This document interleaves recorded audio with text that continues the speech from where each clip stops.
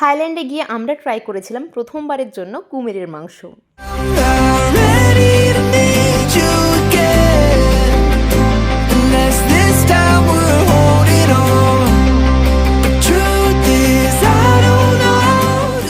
Hey everyone, welcome back to my channel. আর আমি হচ্ছি ঝর্ণা। আশা করছি তোমরা সবাই খুব ভালো আছো। আগের ভিডিওতে তোমরা দেখেছো আমরা কলকাতা থেকে কিভাবে ক্র্যাবি এসেছি। এটা এই সিরিজের সেকেন্ড ভিডিও এবং এই ভিডিওতে আমরা তোমাদেরকে দেখাবো ক্র্যাবির নাইট মার্কেটে কি কি পাওয়া যায়। ক্র্যাবি পৌঁছে আমরা ফ্রেশ হয়ে ঘুমিয়ে গেছিলাম, আর ঘুম থেকে উঠতে উঠতেই বেঁচে গেল রাত্রি 8টা। আমরা প্রায় 8:30 নাগাদ বেরিয়েছি, আর বেরিয়ে দেখলাম জমজমাটি একটা মার্কেট। আমাদের হোটেল ছিল ক্র্যাবির সি সিকার এবং হোটেলের বাইরেই আমরা এই মার্কেটটা পেয়েছি। আজকের প্রথম কাজ হলো আমাদের কালকের জন্য বোট বুক করা। আমরা কালকে 4 আইল্যান্ড ট্রিপে যাব ভাবছি। তো আমরা এখান থেকেই যে কোনো একটা এজেন্সি থেকে টিকিট বুক করব। তো আমরা প্রথমে 2-4টে এজেন্সিতে কথা বললাম। এখানে প্রতিটা মার্কেটে প্রচুর এজেন্সির ঘর আছে ছোট ছোট। তোমরা ওখান থেকে যে কোনো রাইড বুক করতে পারো। সেখানে তোমরা মানে কোনো জায়গায় যাওয়ার টিকিট বুক করতে পারো, বা বোট বুক করতে পারো, বা আইল্যান্ড ট্রিপে যাওয়ার জন্য বোট বুক করতে পারো। যাই হোক, কালকে আমরা 4 আইল্যান্ড বুক করেছি। এবার আমরা কিছু একটা খাবো। প্রচুর ক্ষুধার্ত আমরা, যেহেতু সারাদিন খাওয়া হয়নি।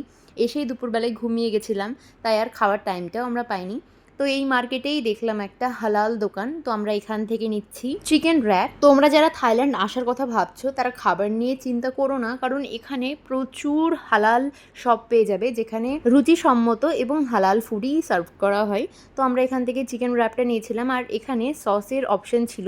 তো আমরা এখানে 3টে সস চুজ করেছিলাম, একটা চিলি সস, একটা তন্দুরি মেয়ো, আর একটা কেচাপ। এর মধ্যে ছিল চিকেন, লেটাস এবং পেঁয়াজ আর শসা, আর ইচ্ছে মতো যেই সস আর টমেটোটাও ছিল। অবশ্যই খেতে খুব ভালো ছিল। তারপর আমরা একটু মার্কেটটা ঘুরতে বেরালাম, আর রাস্তার দুপাশে এত পরিমাণে ক্যাফে ছিল, প্রচুর ছোট ছোট দোকান, বড় বড় ক্যাফেজ, রেস্টুরেন্ট, হোটেল, স্পা সেন্টার সব কিছুই লাইন দিয়ে ছিল। তো আমরা হেঁটে হেঁটে যাচ্ছিলাম এখান দিয়ে। তো আমরা একটা বানানা রুটিও নিয়েছিলাম, সেটার ভিডিও করতে আমি ভুলে গেছি। খেতে তবে বেশ ভালোই ছিল। এই জায়গাটা তো অনেকটাই ঘুরলাম। তারপর সামনে গিয়ে আমরা ভাবলাম যে ক্র্যাবি যেটা মেন নাইট মার্কেট সেখানটায় ঘুরতে যাওয়া যাক। তো আমরা একটা টোটো নিয়েছিলাম এখান থেকে, আর টোটোর ভাড়া পড়েছে আমাদের কাছে ওই পার পারসন ইন্ডিয়ান মানিতে 250 টাকা।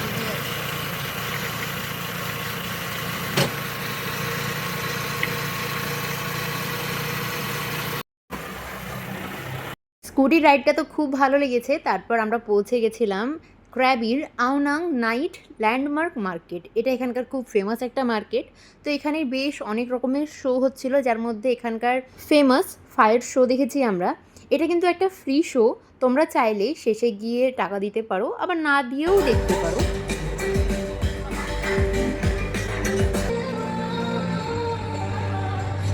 এখানে একটা খাবারের মার্কেট রয়েছে, যেখান থেকে আমরা নিয়েছিলাম একটা ডাব, আর এখানকার ডাবগুলো ভীষণ মিষ্টি।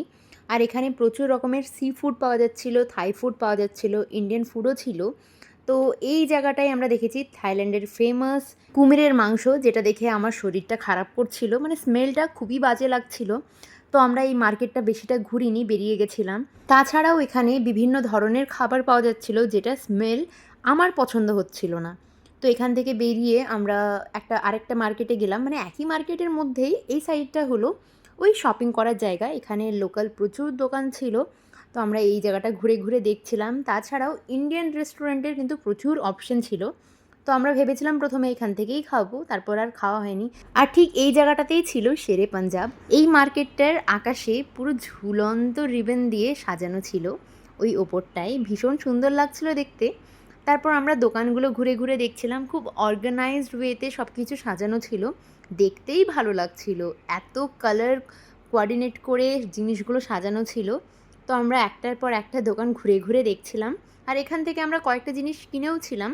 তো সেগুলো আর ভিডিওতে নেওয়া হয়নি। ফারাদও কয়েকটা জিনিস খুঁজছিল ওর জন্য, স্পেশালি লেলিন প্যান্ট, কিন্তু সেটাও এখানে পায়নি, মানে ভালো কোয়ালিটির পায়নি, তাই আর নেওয়া হয়নি।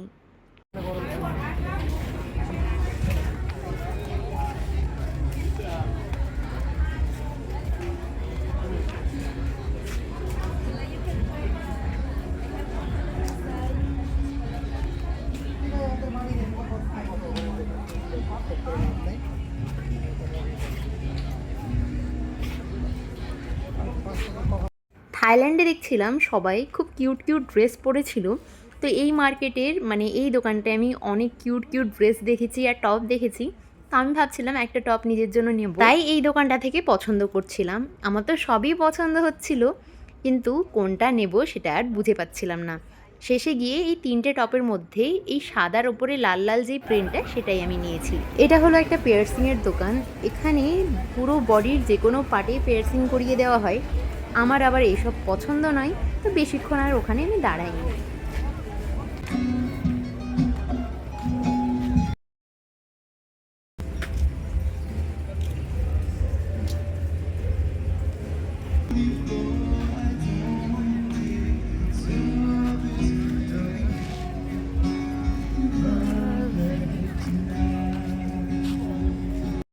এখানে বাচ্চাদের খেলার জন্য ছোট ছোট পার্ক বানানো আছে, সেখানে বাচ্চারা চাইলে বিভিন্ন রকমের অ্যাক্টিভিটিস করতে পারে। তো আমাদের মার্কেটটা প্রায় ঘোরা হয়ে গেছে, এবার আবারও টোটো নিয়ে আমরা যাব আমাদের হোটেলের দিকে।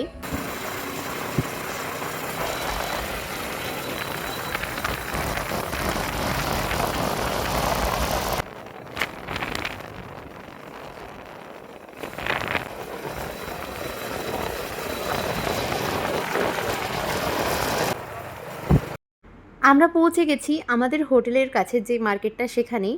আর এই মার্কেটটাও কিন্তু কম জমজমাটি নয়, সেটা তোমরা দুই দিকের ভিড় দেখেই হয়তো বুঝতে পারছো। তো ঠিক আমরা এই জায়গাটাতেই নেমে গেছিলাম, কারণ আমাদের কয়েকটা জিনিস এখান থেকে কেনাকাটার ছিল। তারপর আমরা একটু পায়ে হেঁটেই আবারও মার্কেটটা ঘোরাফেরা করেছিলাম।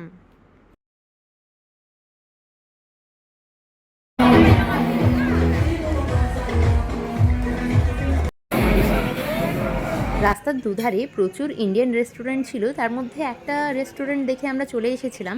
আর এখানে আমরা নিয়েছিলাম চিকেন টিক্কা মশালা আর নান, যেটার কস্ট পড়েছিল আমাদের ওই ইন্ডিয়ান মানিতে 2000 টাকা মতো। খাবারটাও বেশ সুন্দর ছিল, আর অবভিয়াসলি ওটাও কিন্তু হালাল শপই ছিল একটা। তারপর ওখান থেকে বেরিয়ে আমরা চলে এসেছিলাম থাইল্যান্ডের ফেমাস 7-Eleven-এ। ম্যাক্সিমাম ট্যুরিস্ট এখান থেকেই খাবার দাবার এবং প্রয়োজনীয় জিনিসপত্র কেনে। তো আমরা এখান থেকে জল নিয়ে নিলাম, আর জলের দাম পড়েছিল 1 লিটার বোতলের ওই ইন্ডিয়ান মানিতে 200 টাকা। তবে বাইরের শপের তুলনায় 7-Eleven-এ প্রতিটা জিনিস কম দামে পাওয়া যায়।